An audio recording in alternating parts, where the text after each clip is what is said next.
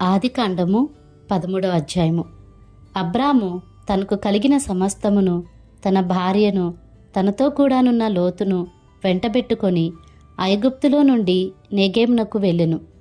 అబ్రాము వెండి బంగారము పశువులు కలిగి బహుధనవంతుడై ఉండెను. అతడు ప్రయాణము చేయుచు దక్షిణము నుండి బేతేలు వరకు, అనగా బేతేలుకును హాయికిని మధ్య తన గుడారమును మొదటి ఉండిన స్థలము వరకు వెళ్ళి తాను మొదట బలిపీఠమును కట్టిన చోట చేరెను. అక్కడ అబ్రాము యెహోవా నామమున ప్రార్థన చేసెను. అబ్రాముతో కూడా వెళ్ళిన లోతుకును గొర్రెలు, గొడ్లు, గుడారములు ఉండెను గనుక వారు కలిసి నివసించుటకు ఆ ప్రదేశము చాలకపోయెను. ఎందుకనగా వారి ఆస్తి వారు కలిసి నివసించలేనంత విస్తారమై ఉండెను. అప్పుడు అబ్రాము పశువుల కాపరులకును, లోతు పశువుల కాపరులకును కలహము పుట్టెను.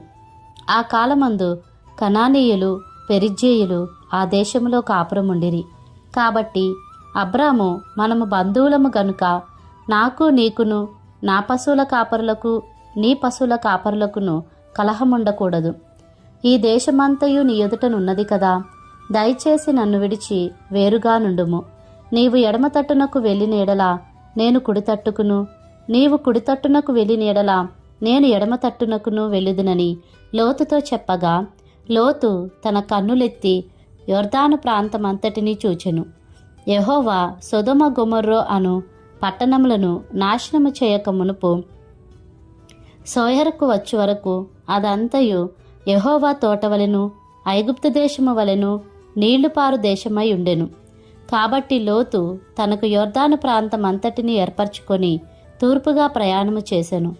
అట్లు వారు ఒకరికొకరు వేరైపోయిరి. అబ్రాము కనానులో నివసించెను. లోతు ఆ మైదానమందున్న పట్టణముల ప్రదేశములలో కాపురముండి సొదొమ దగ్గర తన గుడారము వేసుకొనెను. సొదొమ మనుష్యులు దుష్టులును, యెహోవా దృష్టికి బహుపాపులునై ఉండిరి.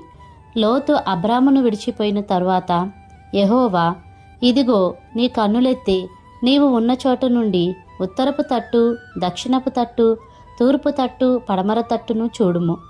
ఎందుకనగా నీవు చూచుచున్న ఈ దేశమంతటిని నీకును నీ సంతానమునకును సదాకాలము ఇచ్చెదను.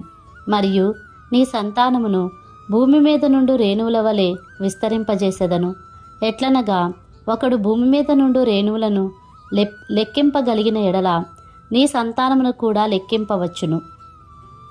నీవు లేచి ఈ దేశం యొక్క పొడుగున వెడల్పున దానిలో సంచరించుము, అది నీకిచ్చేదనని అబ్రాముతో చెప్పెను. అప్పుడు అబ్రాము తన గుడారము తీసి హెబ్రోనులోని మమ్రే దగ్గరనున్న సింధూర వృక్ష వనములో దిగి అక్కడ యెహోవాకు బలిపీఠమును కట్టెను. ఆదికాండము 14వ అధ్యాయము. షీనారు రాజైన అమ్రాపేలు, ఎల్లాసరు రాజైన అర్యోకు, ఏలాము రాజైన కదర్లాయోమేరు, గోయీయుల రాజైన తిదాలు అను వారి దినములలో వారు సొదొమ రాజైన బెరాతోను, గొమొర్రా రాజైన బిర్షాతోను, అద్మా రాజైన షినాబుతోను, సెబోయీయుల రాజైన షెమేబేరుతోను, సోయరను బెలరాజుతోనూ యుద్ధము చేసిరి. వీరందరూ ఉప్పు సముద్రమైన సిద్దూము లోయలో ఏకముగా కూడి 12 సంవత్సరములు కదొర్లాయోమెరుకు లోబడి 13వ సంవత్సరమున తిరుగుబాటు చేసిరి. 14వ సంవత్సరమున కదొర్లాయోమెరును అతనితో కూడానున్న రాజులను వచ్చి అష్తారోతు కర్నాయీములో రెఫాయీయులను, హాములో జూజీయులను, షావే కిర్యతాయిము మైదానములో ఏమీయులను కొట్టిరి. మరియు హోరీయులను అరణ్యము దగ్గరనున్న ఏల్పారాను వరకు తరిమి సేయీరు పర్వత ప్రదేశంలో వారిని కొట్టిన తరువాత తిరిగి కాదేశను ఏన్మిష్పతుకు వచ్చి అమాలేకీల దేశమంతటిని హససోన్ తామారులో కాపురమున్న అమోరీలను కూడా కొట్టిరి. అప్పుడు సొదొమ రాజును, గొమొర్రా రాజును, అద్మా రాజును, సెబోయీము రాజును, సోయరను బెలరాజును బయలుదేరి సిద్దీము లోయలో వారితో, అనగా ఏలాము రాజైన కదొర్లాయోమెరు, గోయీయుల రాజైన తిదాలు, షీనారు రాజైన అమ్రాపేలు, ఎల్లాసరు రాజైన అర్యోకు అను నలుగురితో ఆ 5 రాజులు యుద్ధము చేసిరి. ఆ సిద్దోము లోయలో విస్తారమైన మట్టి కీలు గుంటలు ఉండెను. సొదొమ గొమొర్రాల రాజులు పారిపోయి వాటిలో పడిరి. శేషించిన వారు కొండకు పారిపోయిరి. అప్పుడు వారు సొదొమ గొమొర్రాల ఆస్తి యావత్తును వారి భోజన పదార్థములన్నీ పట్టుకొని పోయిరి. మరియు అబ్రాము సహోదరుని కుమారుడైన లోతు సొదొమలో కాపురముండెను గనుక అతనిని అతని ఆస్తిని పట్టుకొని పోగా తప్పించుకుని ఒకడు వచ్చి హెబ్రీయుడైన అబ్రామునకు ఆ సంగతి తెలిపెను. అప్పుడతడు ఎష్కోలు సహోదరుడును ఆనేరు సహోదరుడునైన మమ్రే అను అమోరీయుని ఏలోను వనంలో కాపురముండెను. వీరు అబ్రాముతో నిబంధన చేసుకునిన వారు. అబ్రాము తన తమ్ముడు చెరపట్టబడినని విని తన ఇంట పుట్టి అలవర్చబడిన 318 మండుగురిని వెంటబెట్టుకొని దాను మట్టుకు ఆ రాజులను తరిమెను. రాత్రివేళ అతడును అతని దాసులను వారికెదురుగా మనలు తీర్చి వారిని కొట్టి దమస్కునకు ఎడమతట్టునున్న హోబా మట్టుకు తరిమి ఆస్తి యావత్తు తిరిగి తెచ్చి తన తమ్ముడైన లోతును అతని ఆస్తిని స్త్రీలను ప్రజలను తిరిగి తీసుకుని వచ్చెను. అతడు కదొర్లాయోమెరు అతనితో కూడానున్న రాజులను ఓడించి తిరిగి వచ్చినప్పుడు సొదొమ రాజు అతన్ని ఎదుర్కొనుటకు రాజులోయ అను షావేలోయ మట్టుకు బయలుదేరి వచ్చెను. మరియు షాలేము రాజైన మెల్కీసెదెకు రొట్టెను ద్రాక్షారసమును తీసుకుని వచ్చెను. అతడు సర్వోన్నతుడగు దేవునికి యాజకుడు.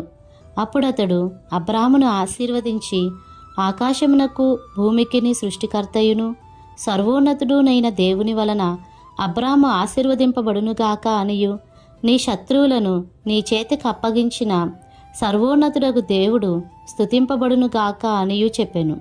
అప్పుడతడు అన్నిటిలో ఇతనికి 10వ వంతు ఇచ్చెను. సొదొమ రాజు మనుషులను నాకిచ్చి ఆస్తిని నీవే తీసుకొనుమని అబ్రాముతో చెప్పగా అబ్రాము నేనే అబ్రామును ధనవంతునిగా చేసితినని నీవు చెప్పకుండానట్లు ఒక నూలు పోగైనను చెప్పుల వారైనను నీ వాటిలో ఏదైనను తీసుకొననని ఆకాశమునకు భూమికిని సృష్టికర్తయును సర్వోన్నతుడును దేవుడునైన యెహోవా ఎదుట నా చెయ్యి ఎత్తి ప్రమాణము చేసి ఉన్నాను. అయితే ఈ పడుచువారు భుజించినది తప్ప నాతో కూడా వచ్చిన ఆనేరు ఎష్కోలు మమ్రే అను వారికి ఏ ఏ భాగములు రావలెనో ఆయా భాగములు మాత్రము వారిని తీసుకొననిమ్మని సొదొమ రాజుతో చెప్పెను. ఆదికాండము 15వ అధ్యాయము.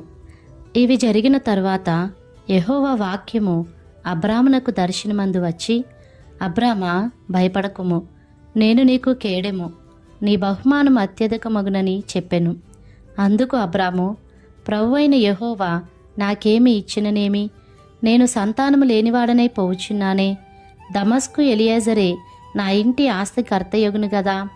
మరియు అబ్రాము, ఇదిగో నీవు నాకు సంతానమియ్యలేదు గనుక నా పరివారములో ఒకడు నాకు వారసుడగునని చెప్పగా యెహోవా వాక్యం అతని యొద్దకు వచ్చి, ఇతడు నీకు వారసుడు కాడు, నీ గర్భవాసమున పుట్టబోచున్నవాడు నీకు వారసుడగునని చెప్పెను. మరియు ఆయన వెలుపలికి అతన్ని తీసుకుని వచ్చి, నీవు ఆకాశము వైపు తేరుచూచి నక్షత్రములను లెక్కించుటకు నీ చేతనైతే లెక్కించుమని చెప్పి నీ సంతానము అలాగవునని చెప్పెను. అతడు యెహోవాను నమ్మెను, ఆయన అది అతనికి నీతిగా ఎంచెను. మరియు ఆయన, నీవు ఈ దేశమును స్వతంత్రించుకొనున్నట్లు దాని నీకిచ్చుటకు కల్దీల ఊరను పట్టణంలో నుండి నిన్ను యువతలకు తీసుకుని వచ్చిన యెహోవాను నేనే అని చెప్పినప్పుడు అతడు, ప్రభు అయిన యెహోవా, నేను దీన్ని స్వతంత్రించుకొనేదనని నాకెట్లు తెలియననగా ఆయన, 3 ఏండ్ల పెయ్యను, 3 ఏండ్ల మేకను, 3 ఏండ్ల పొట్టేలును, ఒక తెల్లగువ్వను, ఒక పావురము పిల్లను నా యొద్దకు తెమ్మని అతనితో చెప్పెను. అతడు అవన్నీ తీసుకొని వాటిని నడుమకు ఖండించి దేని ఖండమును దాని ఖండమునకు ఎదురుగా నుంచెను. పక్షులను అతడు ఖండింపలేదు. గద్దలు ఆ కళేబరముల మీద వాలినప్పుడు అబ్రాము వాటిని తోలివేసెను. ప్రొద్దుగురుంకబోయినప్పుడు అబ్రామునకు గాఢ నిద్ర పట్టెను. భయంకరమైన కటిక చీకటి అతని కమ్మగా ఆయన, నీ సంతతి వారు తమది కాని పరదేశమందు నివసించి ఆ దేశపు వారికి దాసులుగా నుందురు. వారు 400 ఏండ్లు వీరిని శ్రమ పెట్టుదురు. వీరు ఎవరికి దాసులవుదురో ఆ జనమునకు నేనే తీర్పు తీర్చుదును. తరువాత వారు మిక్కిలి ఆస్తితో బయలుదేరి వచ్చెదరు. నీవు క్షేమముగా నీ పితరుల యొద్దకు పోయేదవు. మంచి వృద్ధాప్యమందు పాతిపెట్టబడుదువు. అమోరీయుల అక్రమము ఇంకనూ సంపూర్ణము కాలేదు గనుక నీ 4వ తరము వారు ఇక్కడికి మరలా వచ్చెదరని నిశ్చయంగా తెలుసుకొనుమని అబ్రాముతో చెప్పెను. మరియు ప్రొద్దుగ్రుంకి కటిక చీకటి పడినప్పుడు రాజుచున్న పొయ్యియు అగ్నిజ్వాలయు కనబడి ఆ ఖండముల మధ్య నడిచిపోయెను. ఆ దినమందే యెహోవా ఐగుప్తు నది మొదలుకొని గొప్ప నది అయిన యూఫ్రటీసు నది వరకు ఈ దేశమును అనగా కేనీయులను, కనిజ్జీయులను, కద్మోనీయులను, హిత్తీయులను, పెరిజ్జీయులను, రెఫాయీయులను, అమోరీయులను, కనానీయులను, గిర్గాషీయులను, యెబూసీయులను నీ సంతానమునకిచ్చియున్నానని అబ్రాముతో నిబంధన చేసెను.